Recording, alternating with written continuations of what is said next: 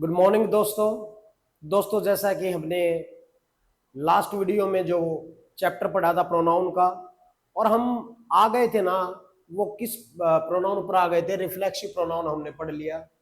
और जिसने हमारे चैनल को सब्सक्राइब नहीं किया है वो चैनल को सब्सक्राइब करें और बेल आइकन को जरूर दबाएं ताकि हमारी क्लास का नोटिफिकेशन आप लोगों तक पहुंचता रहे। तो ज्यादा समय जाहिर ना करते हुए हम अगले प्रोनाउन पर चलते हैं।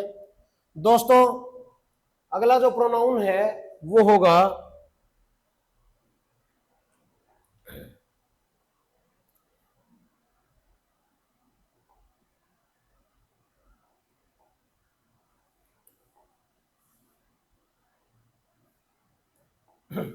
अगला जो प्रोनाउन है ना, उस प्रोनाउन का नाम होगा demonstrative pronoun. Demonstrative pronoun. Sir ये डिमॉन्स्ट्रेटिव, एक मिनट वीडियो रोक में। और आज का जो हमारा प्रोनाउन है दोस्तों, उस प्रोनाउन का नाम है डिमॉन्स्ट्रेटिव प्रोनाउन। Demonstrative pronoun. ये सर डिमॉन्स्ट्रेटिव प्रोनाउन क्या होता है? हिंदी में इसको बोलते हैं संकेतवाचक सर्वनाम। संकेतवाचक सर्वनाम।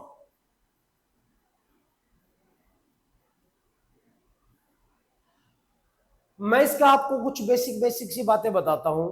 देखो, एक बात बताऊं, एक शब्द होता है दिस। दिस का मतलब होता है यह, और इसका प्लूरल रूप होता है दिज, और दिज का मतलब होता है ये।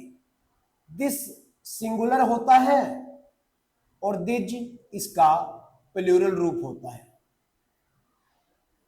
दिस का दिज प्लूरल होता है। एक शब्द होता है दैट।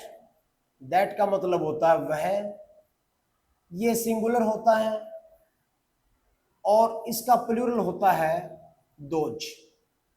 इसका मतलब होता है वो, और ये प्लूरल होता है।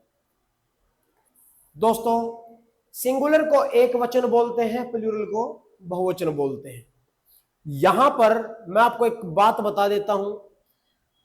जैसे मान लो मैं कुछ क्वेश्चन लिख रहा हूं आपके सामने कि this is my shirt. This is my shirt. यहां पर जो ये दिस है ना, कई बार आपसे ऐसा भी क्वेश्चन पूछा जा सकता है कि यहां दिस क्या है, तो आपको बताना है प्रोनाउन है। अगर क्वेश्चन ऐसा लिख रखा हो ना कि दिस शर्ट इज माइन, और तब आपसे पूछा जाए यहां दिस क्या है, तो दोस्तों ये एडजेक्टिव है, विशेषण है। एडजेक्टिव क्यों है? क्योंकि एडजेक्टिव की डेफिनेशन आप लोगों को पता होगी कि adjective is a word which is qualify noun and pronoun. जब भी कभी भी दिस दैट दिस दोज के बाद में अगर कोई नाउन दिखाई देता है तो वहां पर वो एडजेक्टिव कहलाएगा, वरना वो प्रोनाउन कहलाएगा। तो यहां पर आपने क्या देखा, यहां शर्ट आया है, और शर्ट क्या है? नाउन। और नाउन या प्रोनाउन को जो क्वालिफाई करता है वही क्या कहलाता है? वही एडजेक्टिव कहलाता है। तो यहां पर मैंने लिखा दिस इज माई शर्ट। यहां जो दिस है ना, ये संकेत कर रहा है किसकी ओर? शर्ट की ओर। यहां पर मैं लिख दूं कि दीज आर माई चेयर्स। ये मेरी कुर्सियां हैं। हाँ, आपको इस बात का ध्यान रखना है, यहां दिस लिखा है तो नाउन भी सिंगुलर आएगा, यहां दिस प्लूरल लिखा है तो यहां पर नाउन भी प्लूरल आएगा। मैंने लिखा यहां कि that is your shirt. That is your shirt. या फिर मैं लिख दूं दोज आर योर पेन्स। यहां पर आपने देखा दैट सिंगुलर है, नाउन भी सिंगुलर है, दोज प्लूरल है, नाउन भी यहां पर प्लूरल है। दोस्तों दिस और दैट में फर्क क्या होता है? देखो, नजदीक की चीजों को इंडिकेशन करने के लिए हम दिस का प्रयोग करता है, जो हमारी हाथ की इंडिकेशन में होती है। मान लो मैं ये कह दूं कि दिस इज अ चेयर, यह एक कुर्सी है। और दैट जो थोड़ा सा दूर हाथ करके इंडिकेशन देते हैं, जैसे मैंने कहा दैट इज अ चेयर, तो आपकी हैंड की जो इंडिकेशन है उनको दिस और दैट बताते हैं। यहां पर दिस और दिस जो है ये नियर वाली चीजों के लिए प्रयोग होते हैं। नियर, जो नजदीक वाली चीजें हैं उनके लिए क्या प्रयोग होते हैं? दिस और दिस। और हाथ की इंडिकेशन थोड़ी सी दूर है यानी फार है, तो आप किसका प्रयोग करेंगे? दैट एंड दोज का प्रयोग करेंगे। तो दोस्तों ये तो बेसिक बातें थी जो आपको पता होना चाहिए था, लेकिन हम तैयारी कर रहे हैं कंपटीशन की, और कंपटीशन में यहां से क्वेश्चन कैसे पूछा जाएगा उस पर चर्चा कर लेते हैं। उम्मीद करता हूं यहां तक आपको समझ में भी आया होगा। तो देखो, मान लो मैं क्वेश्चन आपको दे देता हूं। मैंने कहा कि the climate of Haryana is better than that of Delhi। मान लो दोस्तों ऐसा क्वेश्चन आपके एग्जाम में आ जाता है और आपसे पूछा जाता है इसका एरर क्या है। तो ये बड़ा आसान सा है, जिस बच्चे को, जो बच्चा ध्यान से पढ़ा ना वो उसके लिए। देखो मैं बता देता हूं इसका एरर कौन से पार्ट में है। इसका एरर है आपका सी पार्ट में। इसका एरर है आपका सी पार्ट में। एक बात बताओ मुझे, क्लाइमेट क्या होता है? सर जलवायु होता है। जो हरियाणा की जलवायु है ना वो बेटर है देन दैट ऑफ दिल्ली। अगर मैं यहां पर थोड़ी सी देर के लिए भूल जाऊं, दैट है ही नहीं, मैंने लगाया यहां पर than the climate of Delhi. जरा एक बात बताओ मुझे, यहां पर ये क्लाइमेट नाउन है और आपको बता रखा है कि प्रोनाउन का प्रयोग है ना आप नाउन की रिपीटिशन से बचने के लिए ही करते हैं, बार बार नाउन ना आए। तो यहां पर क्लाइमेट नाउन है जिसका प्रयोग आप लोगों ने कर दिया है, तो यहां क्लाइमेट का प्रयोग दोबारा नहीं करना है, और दोबारा नहीं करेंगे, उसके स्थान पर प्रयोग करेंगे प्रोनाउन का। लेकिन यहां पर जो एरर है वो, इसमें कोई एरर नहीं है, इसमें कोई एरर नहीं है। अगर यहां पर एरर बनता तो कैसे बनता? सपोज करो यहां दैट की बजाय हम थोड़ी सी देर के लिए दो यूज कर लेते हैं। मैंने एक बात आपको बताई है, अगर दिस सिंगुलर है तो आपको नाउन भी सिंगुलर लगाना पड़ेगा। तो एक बात बताइए मुझे, क्लाइमेट जो होता है ना वो सिंगुलर फॉर्म में होता है, तो आपने जो प्रोनाउन का प्रयोग किया ना वो प्लूरल प्रयोग किया, इसलिए आपका सी पार्ट में एरर बन गया। आपको दोज की बजाय दैट का प्रयोग करोगे तब जाकर ये क्वेश्चन आपका ठीक होगा। मन में क्वेश्चन आ गया कि सर हम दोज के स्थान पर दिस का प्रयोग क्यों नहीं कर सकते? आपको याद रखना है दिस और दिस और दिज ये इकट्ठे होते हैं, दैट और दोज ये इकट्ठे होते हैं। आप दैट के बदले दोज का प्रयोग कर सकते हो, दोज के बदले दैट का, दिस के बदले दिज का प्रयोग कर सकते हो, दिज के बदले दिस का। ऐसा नहीं है कि आप दिस के लिए दैट का प्रयोग कर दोगे, ऐसा क्वेश्चन बिल्कुल गलत हो जाएगा। मैं क्वेश्चन और आपको दे देता हूं। मैंने कहा कि the students of Bihar are very intelligent than that of Mumbai. मान लो दोस्तों ये क्वेश्चन आपके एग्जाम में आ गया। लेंथी क्वेश्चन को देखकर कभी हमें घबराना नहीं है, क्योंकि जितने भी लेंथी क्वेश्चन होंगे उनके सॉल्यूशन आपको बिल्कुल छोटे छोटे से ही मिलेंगे। तो आपको अगर ये क्वेश्चन देखने को मिले तो आप क्या करेंगे, एरर कहां पर फाइंड आउट करेंगे? मैं बता देता हूं आपका एरर कहां पर बन गया। आपका एरर बन गया सी पार्ट में।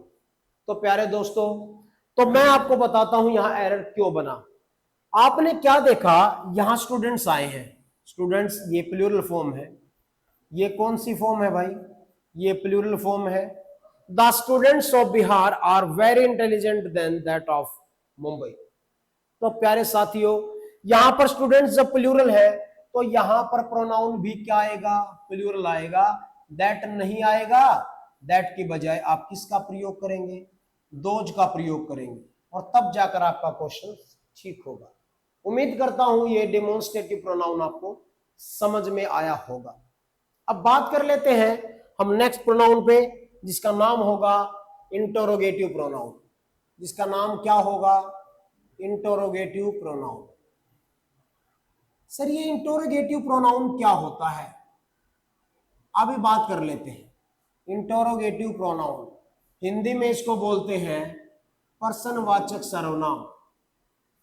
हिंदी में इसको क्या बोलते हैं?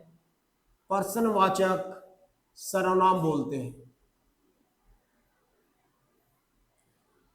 अब ये प्रश्नवाचक सर्वनाम है, ये क्या होते हैं, कैसे आते हैं, कैसे क्वेश्चन पूछे जाते हैं, बेसिक पॉइंट इनके क्या है, उस बात पर चर्चा कर लेते हैं। प्यारे साथियों जरा ध्यान दीजिएगा। मान लो मैं आपके सामने लिख रहा हूं, मैंने एक शब्द लिखा हूं, और हु का प्रयोग है ना, हु का प्रयोग हमेशा सब्जेक्ट का पता लगाने के लिए ही करते हैं। यह बात मैं आपको कई बार बता चुका हूं। कैसे? मान लो मैं आपके सामने क्वेश्चन लिखता हूं कि हु प्लेज क्रिकेट, क्रिकेट कौन खेलता है। आपने इसका जवाब केवल एक ही शब्द में दे दिया, सोहन। तो दोस्तों अब ये जो सोहन है ये ऑब्जेक्ट है या सब्जेक्ट है, इसको फाइंड आउट कैसे करें? मैंने आपको बोल दिया कि हु प्लेज क्रिकेट। मान लो मैंने आपसे ये क्वेश्चन पूछा, हु प्लेज क्रिकेट, क्रिकेट कौन खेलता है। आपने आंसर क्या दिया? Sohan pledge cricket. अब एक बात बताओ, ये वर्ब है, और वर्ब के इस साइड आप सभी को पता है सब्जेक्ट ही होता है, और इस साइड क्या आता है? ऑब्जेक्ट आता है। जब आपने एक ही शब्द में आंसर दिया था तब सोहन बोला था, अब हमने डिफाइन कर लिया, बिल्कुल क्लियर बात कर ली कि ये जो सोहन है ना ये सब्जेक्ट है। तो अगला जो क्वेश्चन है, मान लो मैं आपके सामने एक शब्द लिख देता हूं, हुम। हुम का प्रयोग हमेशा ऑब्जेक्ट का पता लगाने के लिए करते हैं। सर ऑब्जेक्ट क्या होता है? हिंदी में बोलते हैं कर्म। जैसे मान लो आपने कहा, मैं कहा कि हुम डू यू लाइक, हुम डू यू लाइक। आपने आंसर दिया कि I like my parents, I like my parents, I like my parents.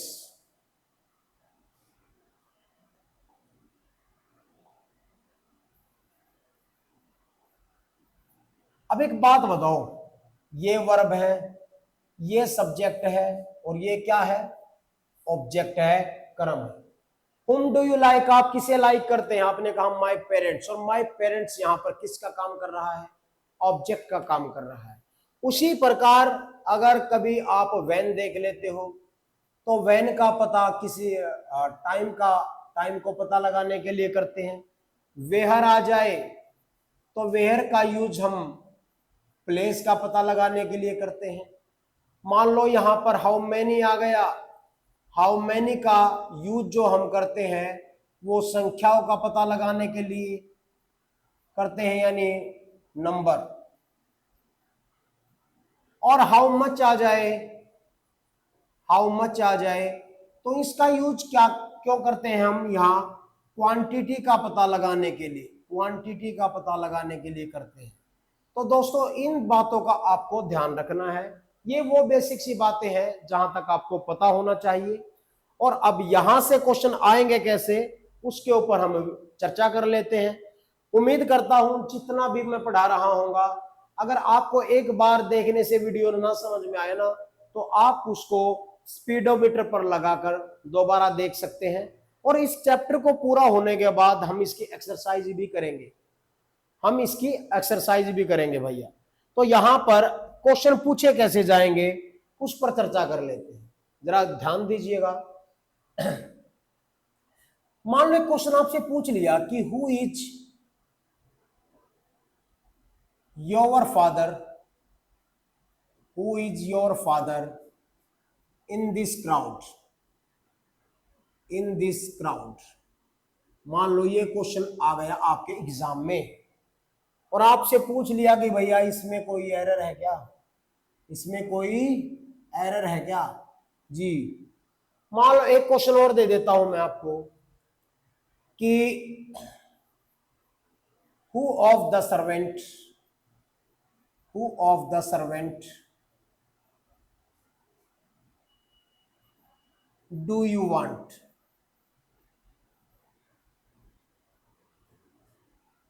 ये क्वेश्चन आ जाए तो क्या करोगे?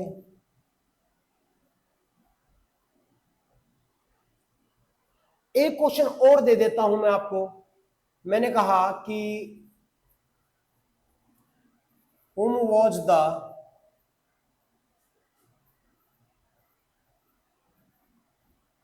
रामायण रिटन,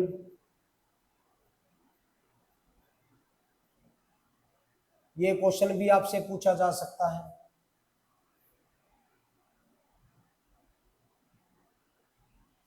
या मैं लिख दूं यहां पर हु प्लेज क्रिकेट। यहां हु किस चीज का काम कर रहा है, और एक मैं लिख दूं यहां पर कि which pen do you like, which pen do you